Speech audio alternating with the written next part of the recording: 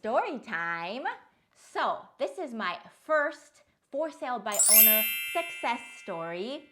It's actually not just my success story, it's my first for sale by owner story.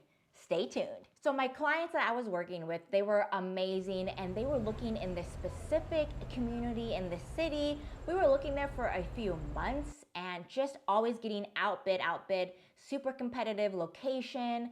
And it wasn't just we're getting outbid by one, we're getting outbid by many. There were like multiple offers on homes in this specific community. We just finished touring a home and then I get a call from my client and they're like, Amy, we just saw a for sale by owner sign in one of the properties. What should we do?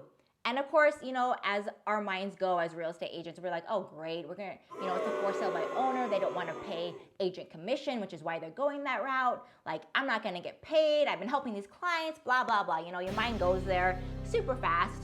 And I just was like, okay, I'll give them a call and we'll see what's going on. So I immediately call the number and somebody picks up. And I was telling them I'm a real estate agent and I have clients that are very interested. And she's like, great. She is going through a divorce. She wants the house sold ASAP. No one had contacted her, which I'm like super shocked about because again, it's a super competitive location, but maybe it's because of the location of her sign was like not even, it was facing like out where people really couldn't see it. So I think it was totally God that my clients saw the sign. And she was just like, okay, I just want to get sold. And, you know, of course, and I asked my question, well, I've been working with my clients and, you know, are you willing to cooperate with commissions? And she's like, yes, I'll pay you your commission. That's fine. And I was like flabbergasted because this is why they do for sale by owner. They don't want to pay the commissions. But now looking back, I think she didn't know what next steps really were. She just wanted to get it off of her hands. So that was like the first thing she thought of. But thankfully, we were there right timing. And anyways, my clients got in right away. We saw the property maybe the same day, put an offer in, open escrow like the next day. It happened really fast.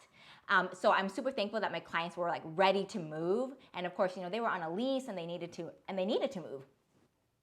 So the day comes, closing. I'm like, woohoo, you know, so exciting. They're gonna get their keys at night, move in the next day. And for some reason, I remember it being nighttime, and I think maybe my clients called and they might have like driven by and was like, something is going on in the house still. And I was like, well, that can't be right because they should be moved out by now. You know, we have the keys by 5 p.m. So my roommate and I at the time do a little drive-by investigation, and I think like the ex-wife called me and she was like, I'm so sorry, my ex-husband is like super mad. He doesn't want to leave. He's still at the property. And sure enough, I see like flashlights going on inside. I hear yelling and she's like, he's intoxicated. And so I was like, okay, well, I'm not going to approach him. I'm not going to go in the home. I shouldn't probably even be here. Not the smartest move, Amy.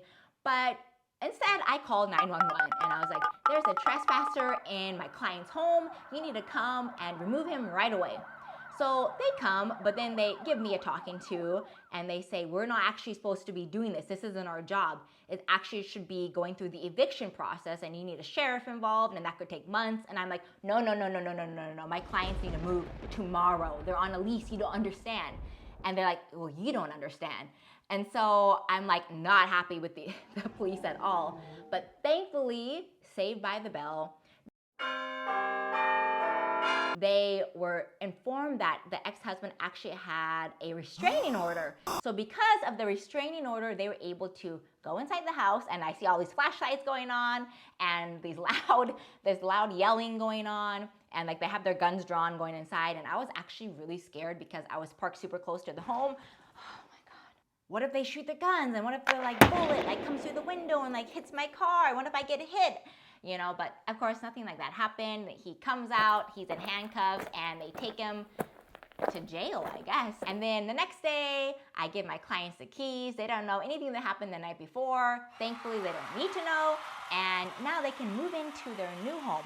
So moral of the story is you just never know what the situation is of the for sale by owner. So agents, if your client does find a for sale by owner home, don't just like poo-poo the idea, but go ahead and give the seller a phone call. You be the person to give them a call You never know, they might be willing to cooperate with the commissions as well. I hope you enjoyed this for sale by owner story. If you have your own for sale by owner stories, leave it in the comments below. I'd love to read about it.